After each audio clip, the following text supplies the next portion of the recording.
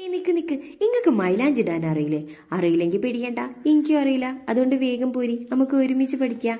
ആദ്യം ഒരു കുത്തിടാം, എന്നിട്ടൊരു കുഞ്ഞ് റൗണ്ട് വരയ്ക്കുക, അതിന് ചുറ്റും ഹംസ് വരച്ചു കൊടുക്കുക, എന്നിട്ട് ഇതുപോലെ അങ്ങോട്ട് രാ എഴുതി കൊടുക്കുക.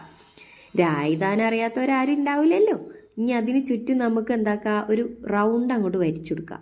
ഇതുപോലെ വരച്ചിട്ട് അതങ്ങോട്ട് ഫില്ല് ചെയ്യാം. ഫുള്ളും ഫില്ല് ചെയ്തതിന് ശേഷം നമുക്ക് ഒരു റൗണ്ടും കൂടി വരച്ചെടുക്കണം. എന്നിട്ട് അതിന് ചുറ്റും നമുക്ക് ഹംസും കൂടി വരച്ചു കൊടുക്കണം.